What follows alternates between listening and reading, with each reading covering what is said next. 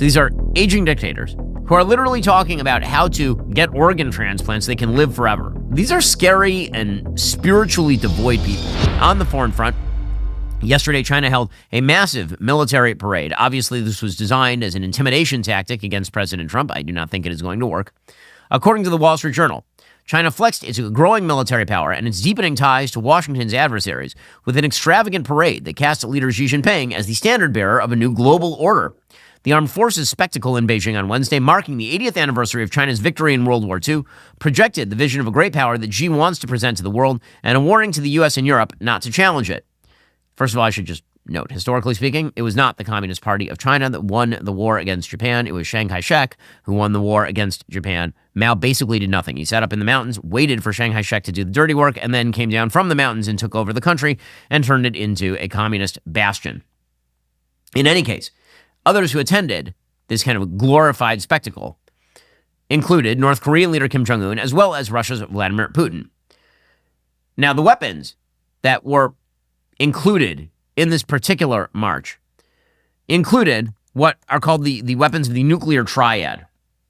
The nuclear triad, those are weapons that are land-based, submarine-based, and air-based.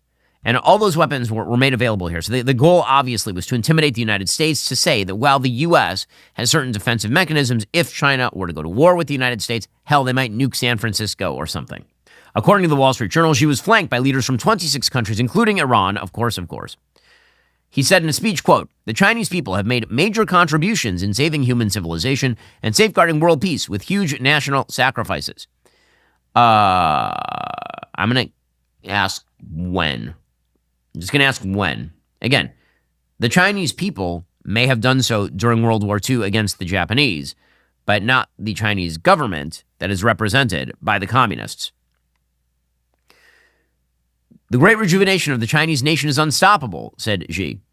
And then again, they showed hypersonic, nuclear-capable missiles and unmanned combat platforms that strengthen China's abilities to deter the United States and project power far beyond its borders. Formations on parade included ground, naval, and aerial drones, strategic missiles, and a cyberspace combat force.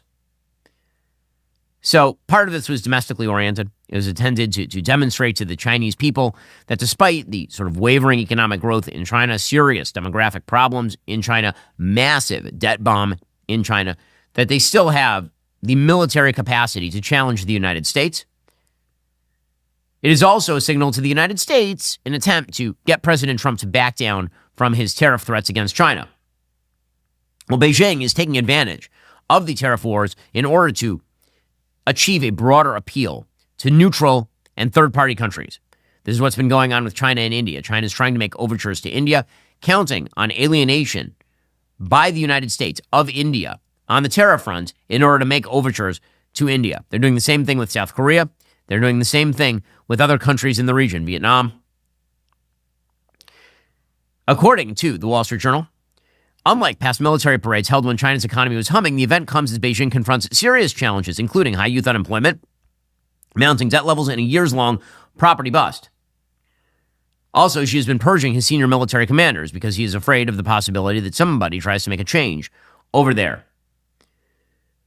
Now, I think what this really says to the United States, and it should be a reminder, China is not nearly as strong as it seems to believe that it is, or seems to be trying to show the world that it is. Again, China has serious internal problems. Doesn't mean that China isn't a serious geopolitical threat. They are. It does mean that if the power of the American free market and innovation is unlocked, if China is, instead of engaged, boxed in, if we decide to build a ring of commerce around China, if we decide to protect allies like Taiwan and Japan and South Korea, and yes, India, from the predations of the Chinese, then China could find itself on the wrong side here. And Russia's not going to bail them out because Russia does not have the capacity to do that. Russia has nuclear weapons and gas, and that is it.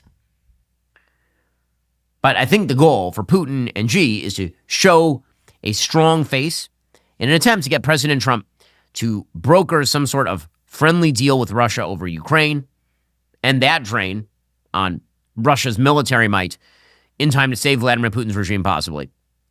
You know, back off the harsh economic measures that we've aimed at the Chinese. That seems to be the goal.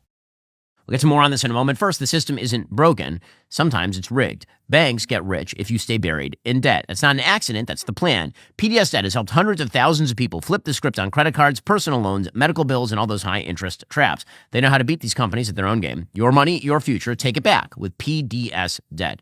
PDS Debt doesn't just crunch numbers and then call it a day. They actually take the time to understand your specific situation and build a plan that works for you, not some cookie-cutter approach. Here's the best part. They don't care what your credit score looks like, whether it's pristine or completely shot. They're focused on one thing, helping you save more money, crush your debt faster, and finally start keeping more of what you earn instead of handing it over to creditors every single month. They've built their reputation by actually delivering results, which is why they have an A+ rating from the Better Business Bureau, thousands of 5-star Google reviews, and perfect scores on Trustpilot. When you're drowning in debt, you need someone in your corner who knows how to fight back. That's exactly what PDS Debt does for their clients every single day. And I have friends, I have family, people have gone into debt. It is brutal. It can wreck your life, but you are 30 seconds away from being debt-free. Get your free assessment. Find the best option for you right now at pdsdebt.com/Shapiro. That's pdsdebt.com/Shapiro. Again, pdsdebt.com/Shapiro. Well, Vladimir Putin, for his part, he says that Zelensky should now come to Moscow. He is doing that simultaneously with launching 500 drones and missiles at Kyiv overnight, wrecking energy and civilian infrastructure.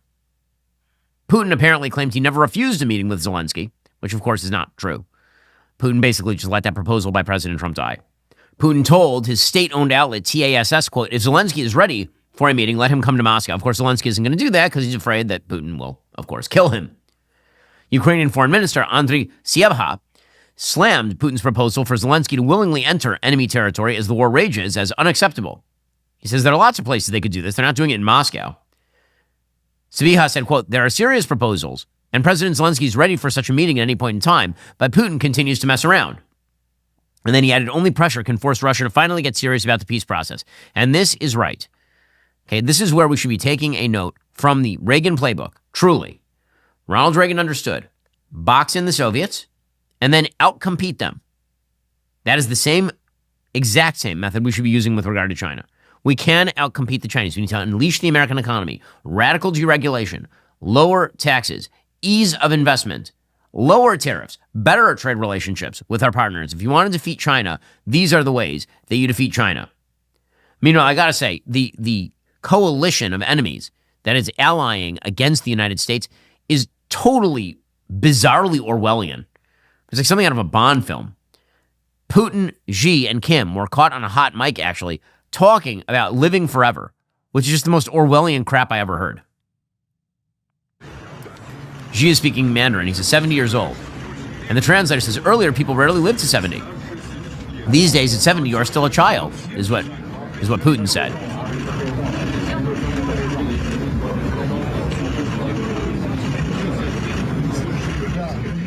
It's inaudible what he's saying. The translator is translating back to Xi, says, with the development of biotechnology, organs can be transplanted, people can live younger and younger and even achieve immortality. And then Xi said, predictions are this century, there's a chance of also living to 150. So here you have all of these relatively elderly dictators. And Kim Jong-un is relatively young, but Putin is in his 70s. Xi Jinping is currently 72. So these are aging dictators who are literally talking about how to basically get organ transplants so they can live forever.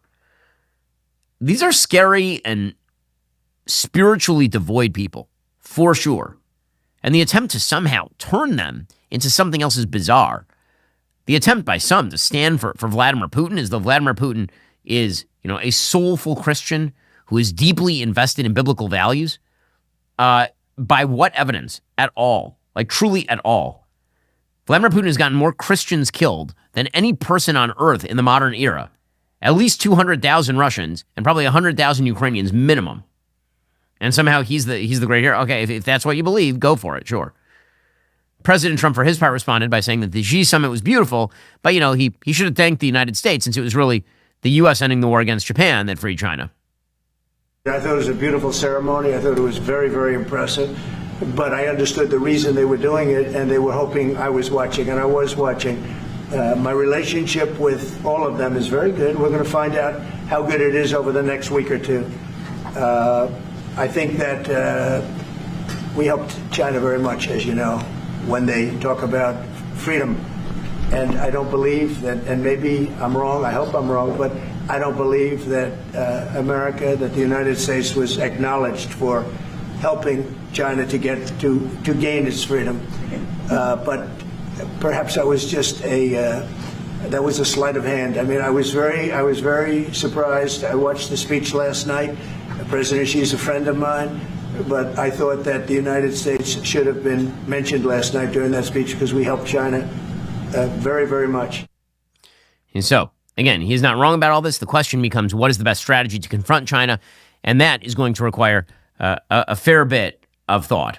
Well, that's all for now, folks. Don't forget to like, subscribe, and comment your thoughts down below. Be sure to check out all of the other great content on my channel. I'll see you here next time.